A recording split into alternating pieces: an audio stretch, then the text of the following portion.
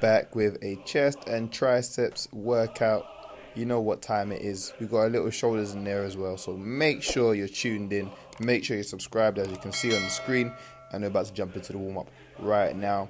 Got an easy 10 reps in for the warm up, and can't lie, during the warm up, I could feel it was going to be a long day.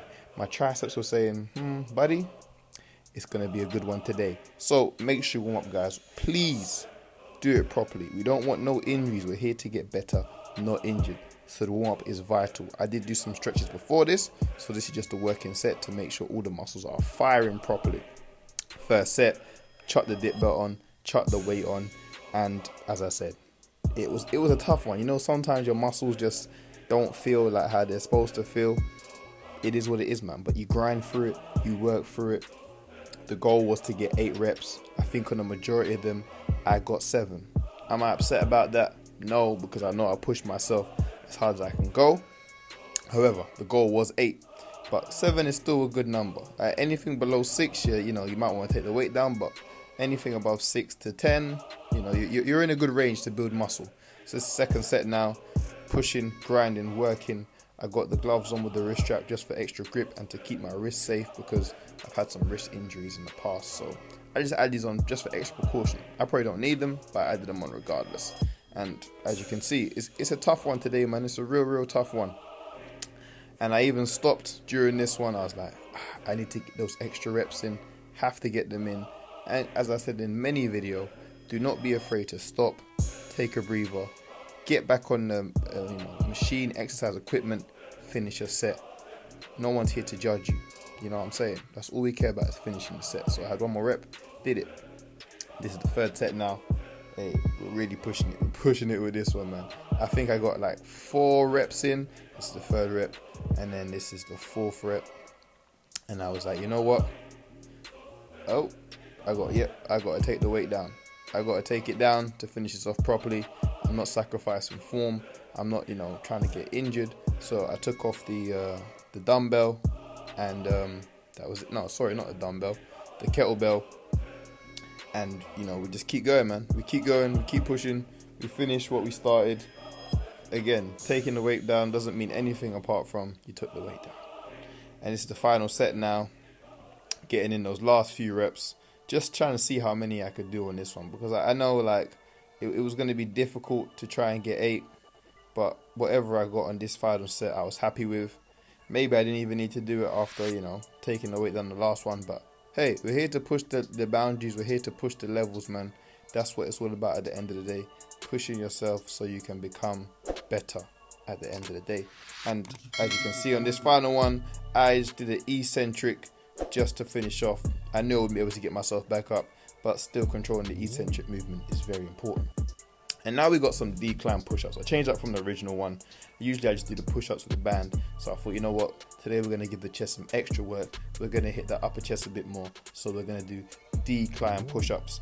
I think it's about 20 inches, the height of what you want to raise your feet to. Like anything over 20 inches is really going to work the upper chest, if I can remember correctly. Please do your Google searches. Don't just take my word for it.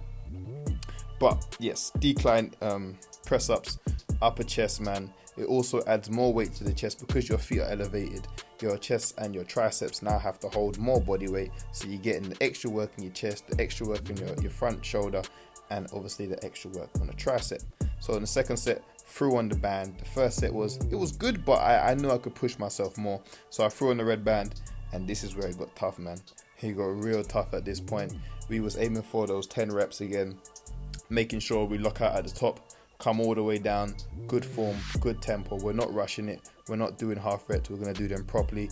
As always, trying to make sure that core is engaged and that butt doesn't start to slouch. Basically, we just want good form and good technique throughout.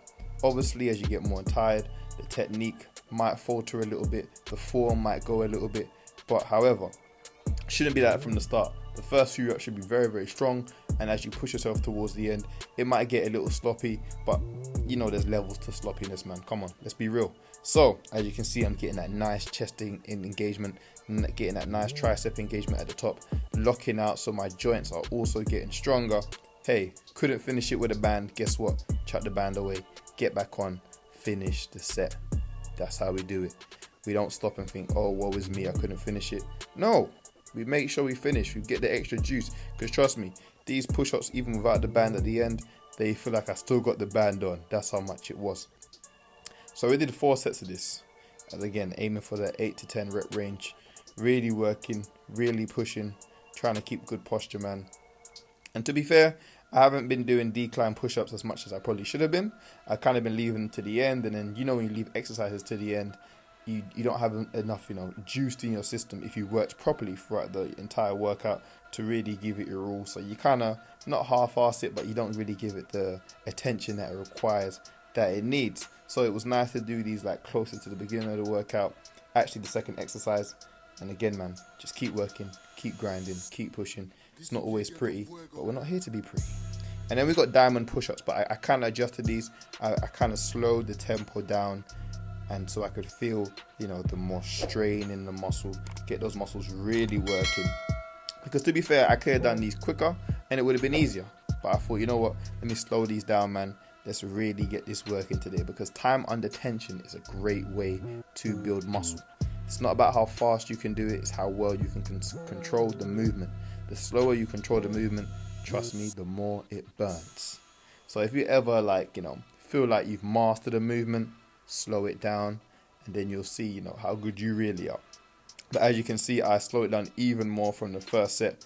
Time under tension again, very important. You can see all the muscles working, and during this, it was burning.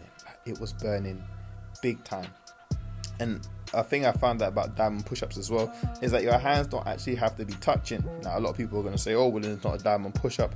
But some scientific studies show that, you know, just bringing your hands into a certain level of closeness, you're still getting the activation you want on the triceps. So if you ever have some, you know, uncomfortableness or uncomfortability in your wrist while doing diamond push-ups, just move your hands further apart until it's comfortable. Remember, you're here to get better, not injured. Why would you sacrifice your health and well-being just to do a diamond push-up how someone else does it? If your wrists are not there yet, then hey, be smart, be wise, make sure you do them how you need to do them, and at the end of the day, get the gains. Feel me? So we did 4 sets of this, man. 8 to 10 reps. And as I said, slowing down the movement, really. Like any exercise you do and you slow it down, watch how much harder it is, and watch how your reps go down. You know, all these people say, oh, I can do push-ups are too easy or pull-ups are too easy. Slow down the movement, add weight. Then you'll see how easy it really is, and you'll even make a lot more gains. And you can see it's killing me, man. It's burning. I won't lie, it's burning. I told you, building muscle isn't pretty. This is why I don't cut the clips where I'm struggling. And then we got some shoulder pressing. Got my iron bar, 2 bricks on the other side. And on this, I was trying to eliminate as much momentum as possible. So I wasn't, you know, bouncing my knees or, you know, getting a little momentum to start off with. This was just straight push from the shoulders. And as you can see, the reps dropped throughout because I started to fatigue. However, these were strict form reps. Like, I wasn't cheating, no momentum, no bounce, strictest form possible. And again, guys, you can see my setup. I've got bricks, 2 chairs, an iron bar, and I'm making it happen. Excuses are for losers. Nobody cares about your excuses at the end of the day. Nobody's going to say, oh, well, you know, he didn't have this, he did. Make it happen, make it work. And then one day, someone's going to watch your story or listen to your story, and you're going to be an inspiration to someone out there. So make sure you're finding a way, you're making a way the best that you can. Please. So, I did 3 sets of this in the end. Shoulders were burnt out, man. Like, really, I don't think people don't understand how much push-ups have an effect on your shoulders. Or maybe you do understand. However, that front delt was screaming. Like, 3rd set front delt was done, man. So, push for how many reps I could squeeze out while maintaining form, while reducing momentum. And that was it, to be honest. Nice bit of shoulders. And finally, we finished off with some isolation. Told you guys in my previous videos, I do isolation movements at the end if I feel like you know, a certain muscle needs a bit more juice. So we just got some tricep extensions with the band. I put the band around my heel, and then just try to keep my elbow tucked in, arm tucked in, and we just push out and lock out all the way at the top. Trust me, these weren't easy. Like, really, they was pushing me. This whole workout actually really pushed me. I really enjoyed it, to be honest. We went for it. We really went for it today. So I would encourage you to try this workout, try the exercise I have, and make sure you invest in some resistance bands. They're so versatile.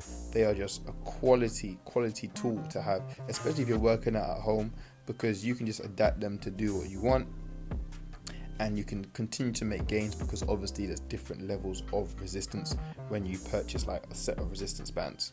So make sure you're putting in the work, make sure you're grinding, man, because that's all what it is about at the end of the day. Seeing how far you've come. You started at point A, okay, now you're at point B. Can you take it to point C and further on? Remember, it doesn't matter what you have, it's about what you use at the end of the day. So please work hard, make sure you're staying consistent, make sure you're eating correctly, make sure you're sleeping correctly, and then you have the physique of your dreams when you're finished, guys. So glad you enjoyed watching. Stay good, stay powerful. Peace.